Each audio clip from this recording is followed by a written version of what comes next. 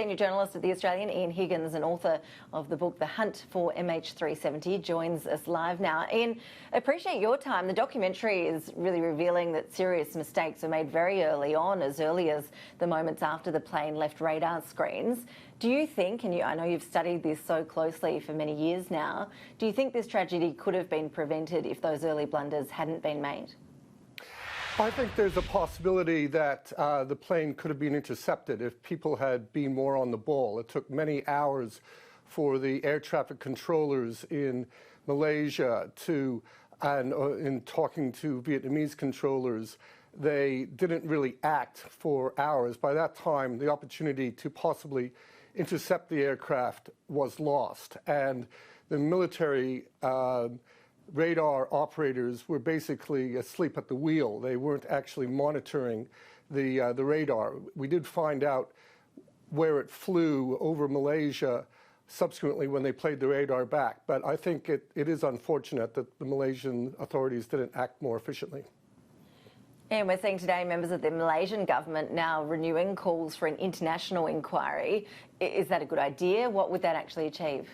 I think it's an excellent idea. I think that there's been a bit of a sea change over the past few days, in large part as a result of the excellent documentary that Sky News has done on MH370. We've seen Tony Abbott basically call a spade and say that the Malaysians told him at the highest level, right at the start, that they thought the evidence pointed to it being pilot murder-suicide, mass murder-suicide. And basically most of the aviation community thinks that's the most plausible scenario. The other ones, a fire, a hijack gone wrong, it's very hard to make them work. We certainly won't know for sure until we find the aircraft. Now, an international inquiry would help towards that end by re-evaluating the evidence and maybe getting some public hearings, calling the Australian Transport Safety Bureau officers who are very reluctant to say what they know or reveal documents that we've sought under FOI. I think it would be an excellent idea. Because Ian, I know in your book you really examine 5 possible theories as to what may have happened to the plane, but were you suggesting there that you agree with that view that Tony Abbott expressed, that the rogue pilot flying the plane to the very end is the likeliest scenario?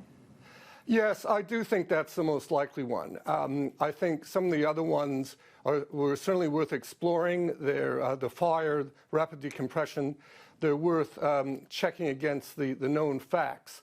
But again, all of those theories of some sort of accident or whatever are very hard to really make work. They require a whole lot of things happening, whereas if you go with the pilot, the captain, hijack his own aircraft, everything works, everything fits precisely with the known facts. And from what we know, and of course there is still that is unknown, but from what we know, have authorities learnt anything from this incident, or could a similar incident happen again today? I guess I'm asking, have any measures been put in place since this tragedy to prevent it happening again? Well, look, not enough, really. It's still the case that aircraft don't have transmitters that tell automatically where the plane is all the time. What has been introduced is you have to the aircraft have to either automatically or the pilot, but in fact the actual automatic systems have to report more often, every sort of 5 or 10 minutes. But an aircraft can travel a long way in that time. So it's still lacking. There's still not what would basically be fundamental satellite GPS technology to say exactly where aircraft are independently from what the flight crew says or does. And I think that's still lacking. Which really boggles the mind, Ian, in this day and age. Look, a lot of people seem to be very sure that they know exactly where the wreckage is. We've seen in the documentary one aviation expert in particular very confident that he can pinpoint where the wreckage lays. After following this story so closely for so long, do you think they're right? And if so, why aren't the authorities taking these experts seriously? Well, Look, I think it's these three pilots, actually three pilots, apart from Byron Bailey and two others, very experienced airline captains who have. I got them for my book to make their predictions of where the aircraft is, and they're all in a general sort of similar area. You have slightly different scenarios. Look, I think it's possible that it's there. I mean, we don't know.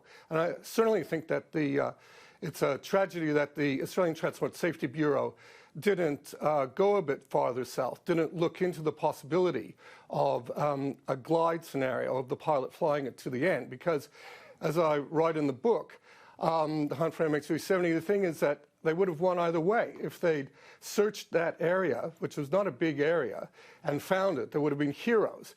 And if they hadn't found it, they could have said, well, look, we looked and it wasn't there. So, and then put paid to the speculation by the pilots.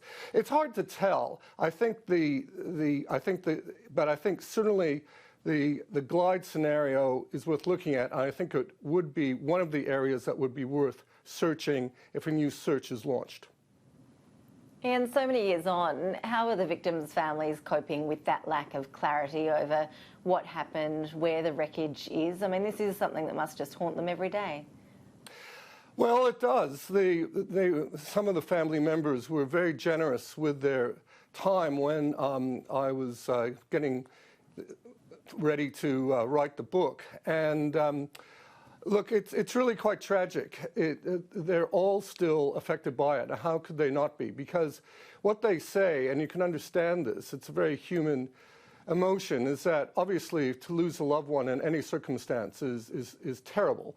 But in this case, what the family members don't have is a sense of closure. They don't know where their loved ones lie. They haven't retrieved any bodies. They don't even know precisely where they are. And they don't know for sure what happened to them. And it haunts them to this day. They're very courageous, brave people, but all